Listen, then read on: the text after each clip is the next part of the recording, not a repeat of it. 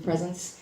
So it definitely was a year where even the that international foreign kind of traditional film world now can no longer deny other emerging medias and how important they are in terms of entertainment. So it's just a stellar festival all the way around. The people that go are the real players, the financiers with a lot of money, top producers. Basically met everyone, and everyone's just really open. I mean, everyone's there to meet, to pitch, and just looking for new opportunities. So it was absolutely a place where you can do business. Awesome question. You brought it up. Thank you for the segue. She brought up the P word, the pitch, which also that's really good at. But so this panel is not meant. This is about a conversation about working in the industry and how these people got where they are. Please do me a favor and don't pitch anything to these people, and don't ever pitch anything to anybody. Actually, legally, you should not be doing that, and they should not be looking at it, because God forbid something seeps in, they could sue. I mean, maybe you'd like to sue them, but they will. It just shows you're kind of a novice. Just don't pitch. Create a relationship with somebody. Don't ever say, I have a script or an idea. Please. Make sense, right? Yep. Okay. Just like they said, create relationships. Be the person you want to work with. That kind of thing. Thank you for bringing up the P word. So, Mr. Katano, do tell us of your interesting journey, which started in film school too, right? No. No. I was, not quite. I was radio, TV, and film at Long Okay. Beach State. And what I thought would be sort of interesting to you, if I can just let you all know that if I got to where I'm at right now, then anyone can make it. Because I never thought of myself as very book smart. I saw my friends go to Ivy League schools, and I wasn't a very good test taker. And I just want to say that it was just through hustle and being ethical and learning how to organize my mind, because even early on I realized that I couldn't really organize my thoughts, and I'm sure a lot of you in this room have that trouble. As an artist or as a creative, sometimes we're just our minds are flooded with all these ideas, and it's everything from creative ideas, and I gotta change the oil in my car, and I have to do laundry, and I'm actually been going around speaking quite a few years at different schools, and more recently I've been speaking in front of my peers as far as how to organize your thoughts. And it's called The Formula for Happiness. It's a little bit of a tongue-in-cheek title. It's actually really cool. He's shown me bits of it. It's like it's so simple yet profound. Thank you. Yeah, it really And is. I realized it was the tool that I needed to, again, organize my own thoughts just so I can function. But it turned out to be the most powerful tool that got me to where I'm at. And I'm just humbled by the fact that I'm sitting in front of all of you today as a pretty big evangelist, influencer in the virtual reality scene. And I don't take that for granted ever. There's not a moment that goes by that I'm not just humbled and gracious for being there. So if I may, I'd like to go from the beginning and tell you a little bit about how I knew that I was wired and I had a sickness of being an entrepreneur.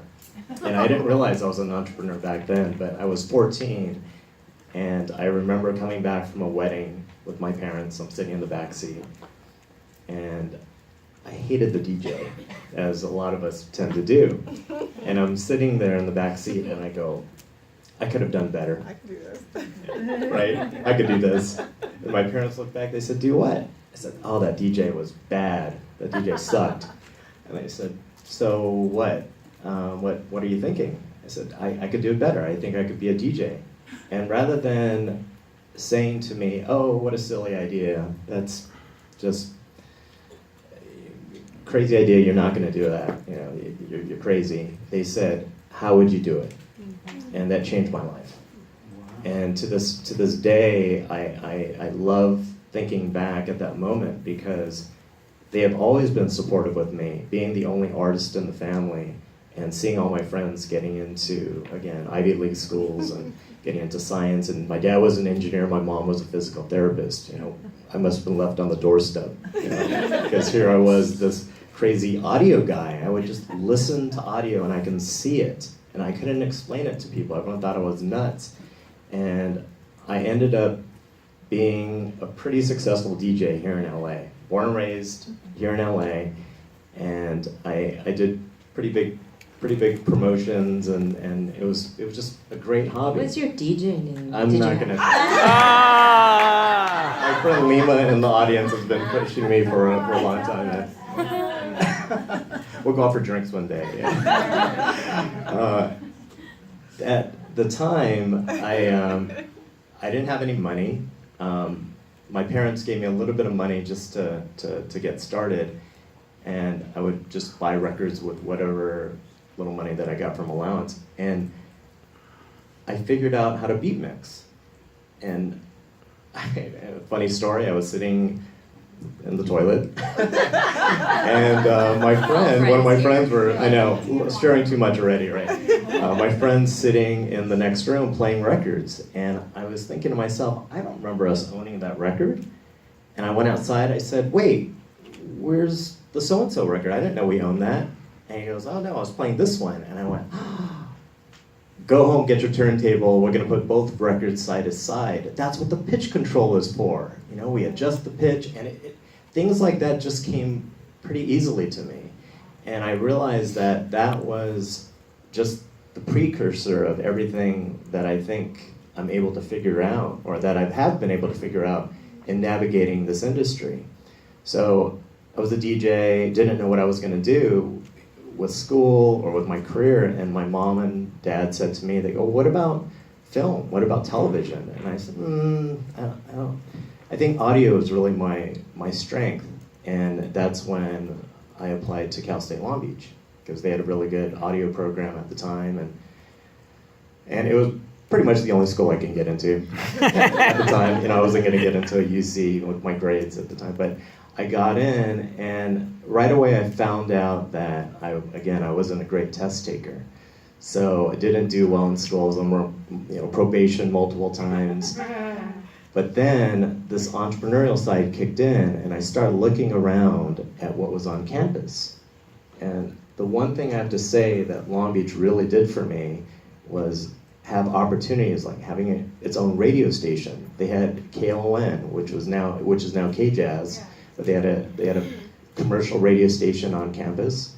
They had a cable station, and they had a pub, and I applied to mix for the bands that were playing at the pub. Little extra cash that would give me free food. I'm a college kid, better than noodles, I guess, right? And I got to mix bands at night. So here I was working at the cable station, the radio station, and mixing for bands. And still going to school, still taking my classes, but again, not doing very well, and not really being very engaged with the instructors. A lot of them didn't work at the time. They didn't work in the industry, so that was a troubling thing for me, because I felt that, why am I taking lectures from somebody who hasn't really experienced what's it like to be in the industry? So it was really about just figuring out what made sense to me, and really going against the grain, because all my friends were talking me out of it. They're saying, why are you killing yourself? Why are you working so much? You need to slow down.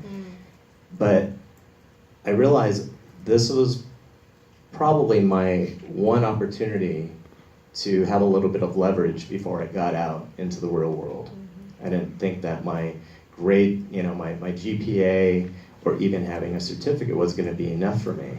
So I'm working for the radio station at KLON, and they had a state-run news program called CalNet, and it was high pressure for a student. It was really high pressure. They did not mess around. It was a professional statewide news show. And you got yelled like you would in the real world. You had deadlines like you would in the real world. And it really thickened up my skin, because I just had to stay focused while you had these reporters yelling at you and saying, we have 5 minutes before airtime, where are you with that that audio piece? And fortunately for me, I don't know if any of you are familiar with the show Marketplace on public radio. They reached out to KLON or CalNet and said, who's your star editor? Who's your star engineer? Because And that we're was looking. you? And that was me. So then you So they- became. And you said that. I did. I was just the backup. No, Yeah. but they